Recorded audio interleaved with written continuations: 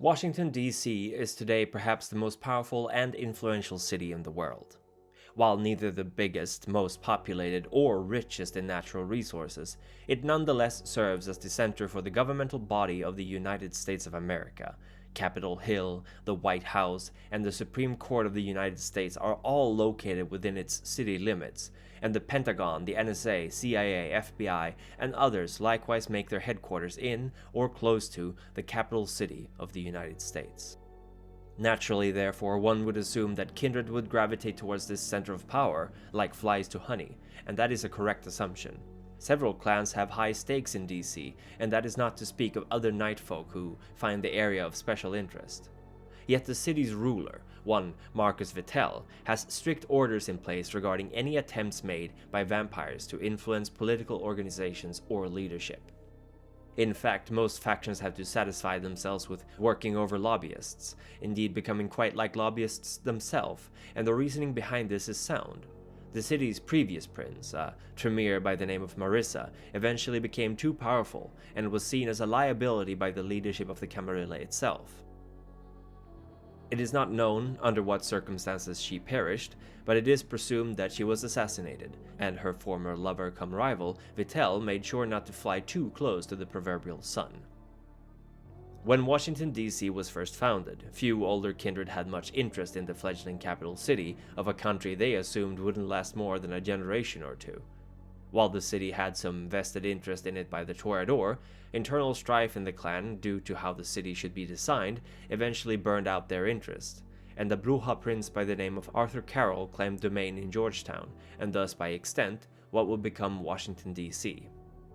Carroll remained relatively unchallenged until the War of 1812, when the Ventru, who considered this city, well, more of a village at the time by the Potomac, their domain. Thus they made sure that British soldiers razed it to the ground, although it cost them dearly in manpower. Some believe the Tremere, in retaliation for the burning of the relatively newly constructed Library of Congress, employed their thaumaturgy upon the British, but it has not been confirmed nor denied. After the war, kindred interest in DC sunk once more, and remained so until the Civil War. As the city grew rapidly due to its strategic importance, it also became a rallying point for Bruja who wished to oppose the Ventru and their pro-slave ideology. As the city became a hub for the Union Army, and especially for the care of their dead and wounded, the Nosferatu began to move in as well, many of them remaining even after the war. Because of the influx of Bruja and Nosferatu, Carroll's influence grew stronger as he was deemed an important player in the ongoing conflict. But this would change as the Bruja prince was assassinated midway through the Civil War, presumably on orders of the Ventru. Unnerved by this sudden move, the remaining kindred in Washington, D.C. feared that the war would arrive at their doorstep at any moment. Their reactive fear the perfect opportunity for a Tremere named Marissa to step up and claim the city as hers. Unable to support any other potential for the title, Marissa's clan appointed her pontifex and begrudgingly approved of her stunt, all the while deeply resentful that a woman had been so bold. Marissa turned out to be quite a natural at undead politics, and she quickly realized that alone she would stand no chance against the Ventru, with or without the support of her clan. Thus she proceeded to befriend and ally herself with the local Nosferatu, a sizable group of kindred, and then proceeded to send letters both to the Toreador and the Ventru, distancing herself from the Bruja forces of the city and employing a significant dose of racism in order to evoke a positive response from the southern socialites. Racism and the clash between rich and poor would turn out to be tools she would come back to again and again, undermining any challengers to her power with it. And when the war ended, Marissa remained prince, and through clever manipulation of other kindred and ghouls, as well as subtle influence over the politicians of the United States, she would see her reign lasting for over 100 years. Marissa earned the loyalty of the Nosferatu and Malkavians, and the Ventru and Toreador of the South would eventually owe her so many boons that they were firmly in her pockets for a long time ahead. Likewise, she had used the chaos of the Civil War to remove any Tremere from the Octagon House, the local chantry, that opposed her or would otherwise prove difficult to work with. Eventually, the Tremere Pontifex was so deeply entrenched that should she be removed, either the Anarchs or the Sabbat would be able to overrun the city easily. No matter what way one could try to weaken her, it would have a much greater repercussion. Yet the 1960s would be the time when Marissa's fortunes would turn, and it would begin with the arrival of Marcus Vittel, a Ventru of notable age and power. It is unknown why Marissa allowed him the right to stay in the city, but perhaps she had grown bored with the lack of competition, or maybe she had actually fallen in love with the man, her human passions blinding her to the dagger held behind his back. Ostensibly, Marissa wanted influence over Vitel's clan, yet soon she found herself entrenched in a stormy relationship of equal parts rivalry and romance, abandoning her larger ambitions for smaller projects or self-isolation. Yet in the eyes of the Camarilla, she remained a threat. Her grip over the human politics of one of, if not the largest superpower in the world, remained a constant thorn in their eyes, and during the uprising following the assassination of Martin Luther King, Vittel betrayed her location to archons of the Camarilla, and then quickly moved in to claim the position of prince himself before any kindred of the city even knew what had happened. The Tremere would of course not take this sitting down, and one of them, Vadim Ivanov, challenged Vittel to a duel, yet found himself vastly outmatched in his clan's own field of expertise, thaumaturgy, and Marcus Vittel sent the man to his final death rather easily. Vittel would then call a blood hunt on the slayers of Marissa, claiming that it had been the Giovanni who had orchestrated her sudden death. Indeed, Marissa had been at odds with the Clan of Death, even going as far as banning them from her city, and they were an easy scapegoat. Besides, the Giovanni would find little love with the Camarilla leadership, and thus he was assured that the matter would remain a secret between him and those he had brought to Marissa's haven. Vittel wasted no time in establishing himself firmly. He would reward those loyal to him well, and even kept cordial relationships with the Tremere, their newly appointed pontifex taking a more passive rivalry with the prince, most likely for appearance's sake than anything else. Vittel was also careful in ensuring that moral institutions would remain relatively untouched in the higher echelons, at least in terms of direct control, in order to ensure that neither he nor any of his subjects would become the targets for the Camarilla's anger, or accidentally spark another inquisition by acting too blatantly. In general, Vittel has proven himself a reliable, archetypical Ventru in the ways he has ruled over his city. He is stern but fair, but he has little tolerance for Anarchs. He has declared several extended Elysiums across the city, and he works hard to keep an eye on any and all in- and outgoing traffic, whether it be by air, car, or rail. When Ronald Reagan began his presidency in the 80s, things began to change in Washington, D.C. Crime rates would skyrocket, and the Sabbat would begin to nibble at the city's borders. Vittel did not fight the increasing crime, but rather fostered it in the southeast part of D.C., arguing that with an increased amount of violence, it would be easier to keep the Masquerade intact. To this effect, he also allowed a few Anarchs and even Setites to enter the city, much to the dismay of the older Camarilla Kindred. It is unfortunately difficult to know the current state of Washington, D.C.'s Kindred population.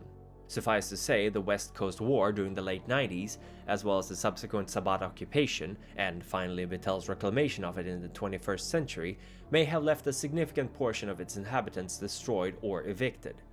Yet we will turn the clock back now and observe the city as it were before the Sabbat took it, and who one might have encountered on its streets. Several different locations in DC have been declared extended Elysiums by the Prince, and Marcus Vittel is not afraid to do it to more places should the Masquerade be threatened there as well. Of note are the Smithsonian Institution and its museums, the White House, the old Executive Building, the Capitol, the Supreme Court Building, the Kennedy Center for the Performing Arts, Arlington National Cemetery, the Lincoln Memorial, the Washington Monument, Hotel Washington, and the National Archives. The Smithsonian has long served as a source of artifacts and magical items for the Tremere in the city, but with Vittel's ascendance to princehood, they have become significantly more careful in what they pilfer from its massive stores. Indeed, some claim that Marissa's rapid rise to power was in part due to the artifacts of great power that she got her hands on while going through the Smithsonian's stocks. The White House and its surroundings are technically Elysium, but Kindred, especially younger ones, are strongly urged not to go near it for obvious reasons. The same goes for the Blair House and the old Executive Building as well, as they house the guests of the President and a large part of the executive branch respectively, and thus any Kindred's presence would potentially invite disaster. Similarly, there isn't much interest in the Capitol or Supreme Court buildings aside from the power that these places wield, but entrance here is not quite as restricted as the White House. The Lincoln and Washington monuments are both favored locations of the Prince, and Vittel has been known to hold gatherings of associates or meetings at the Lincoln statue, while occasionally spending time at the top of the Washington monument to survey his domain. Some Anarchs jokingly refer to the twin red lights at the top of the monuments as the Eyes of Vittel due to how far they can be seen. At the East Potomac Park is a sept of werewolves who have proven remarkably difficult to get rid of. Vittel has attempted a few times, but due to some manner of ritual they have remained relatively safe and untouched, and they will occasionally strike out from their sept against the Kindred of DC. This sept is primarily populated by bone gnawers, although they will welcome any other Garou who wishes to join them. Prince Vittel and his predecessor were both smart enough to realize that mortals, lupines, and other kindred weren't the only threats against their control of the city of Washington, D.C. There are mages, changelings, and wraiths, and of course several secret groups within the various intelligence bureaus that are hard at work attempting to sniff out spies, terrorists, and of course the supernatural forces hiding in the city. The technocracy hold great sway over many locations in the city, and the Celestial Chorus, one of the mage traditions, holds sway over the Washington National Cathedral. The Society of Leopold and the Arcanum likewise hold some sway. Undoubtedly, to walk the night in the US Capitol, one must tread lightly. When it comes to the clans, at least under Vittel's rule, many of them have been cowed into submission. The Bruja, who once waged a war against the Ventru in the city, are now just a collection of lost sheep without a guide. Their leader, Bjorn Garnson, is an exceptionally old Viking warrior, yet he has yet to find the passion to step up to the role completely. He has refused the seat of the Primogen, and memories from how his people lost in Scandinavia to the Ventru continues to plague him, planting doubts in his mind about the right time to act. The Gangrel, meanwhile, are a peculiar bunch, and while they don't engage much in local politics, which should come to no surprise to anyone, they are remarkably more social than their clan would usually be described.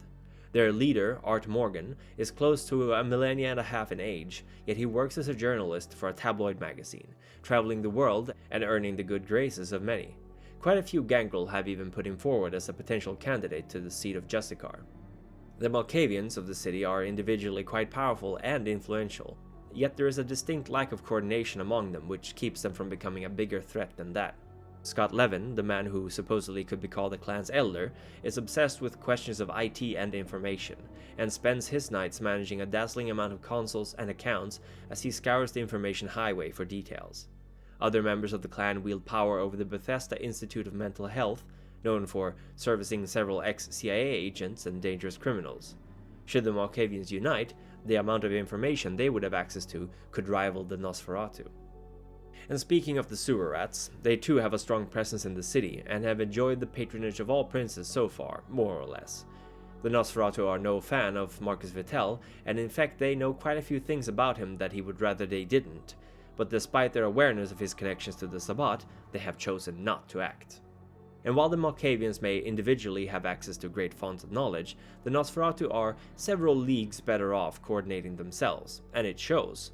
They deal openly with what they know, they buy and sell secrets, and they take care of each other. Their leader, Nathan, has however had some issues keeping his younger clanmates from joining the Anarch movement, as more and more are starting to question the authority of the Ventru Prince. The Toreador, despite being the architects of DC, are one of the weakest clans present. This comes after a long series of conflicts between them, the Ventru, and the rulers of the city. When Marissa claimed DC after the Civil War, the European Toreador had yet to recover from the French Revolution and its after effects, and in their days the Ventru had seized power in many of the state capitals around the US. Thus they were left without much in terms of leadership in the US, and they were slowly whittled down to their bones by Marissa and her successor. These nights they are mostly abandoned by their European clan friends, and Chas Voyager, the clan's elder, is barely 60 years old as a kindred.